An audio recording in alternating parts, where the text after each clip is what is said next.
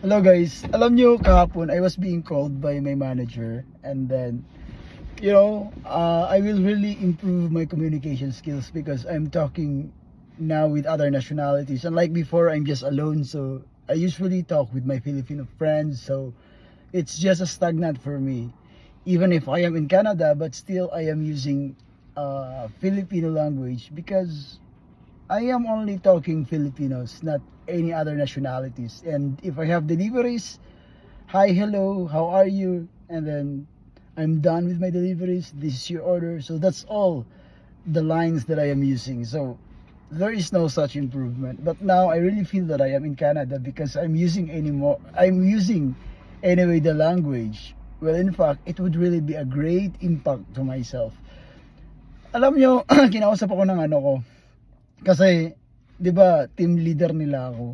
Pero pareho pa rin kami ng trabaho, divided. Natutuwa lang ako kasi tinuturuan ako ng ganito, ganito. And then alam niyo naman na medyo nagka-problema ako sa itim at saka sa puti na kasama ko. Pero ngayon naayos ko na.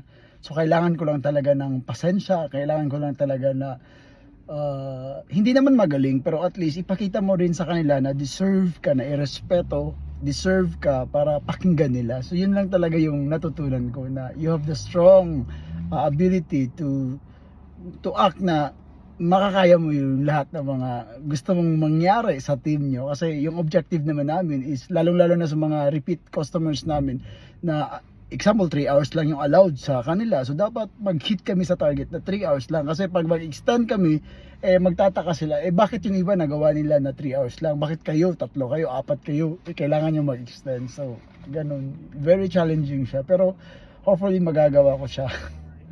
Kasi ano naman sila, tinutulungan nila ako na gawin din yung gusto ng kumpanya namin. Kasi alam nyo, mahirap kasi ikaw yung babalikan, di ba? So kailangan na as naging leader nila, kailangan ipakita mo sa kanila na karapat dapat ka sa posisyon na yan, di ba? Mas malaki kasi yung sahod ko sa kanila, kaya dapat ayusin mo sila sa pagdadala. Kasi yung pinaka-importante lang naman sa grupo ay respeto talaga. Kung may respeto kayo sa bawat isa, syempre magkakaroon kayo ng unison sa mga gusto nyong mangyari sa araw-araw. Kasi different bahay yung nililinisan namin everyday. So kailangan talaga na Pilipino tayo, may potential tayo na makipag-compete sa other nationalities. Kasi dito, guys, totoo lang, competitive yung mga Filipino na nagtatrabaho sa bansang ito.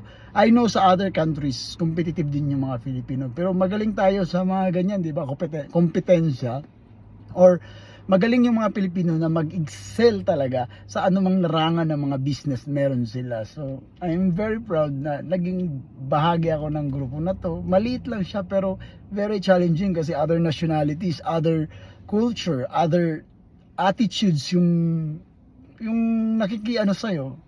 Unlike nung nagli-lead ka sa mga Pilipino, alam mo naman yung mga Pilipino, di ba?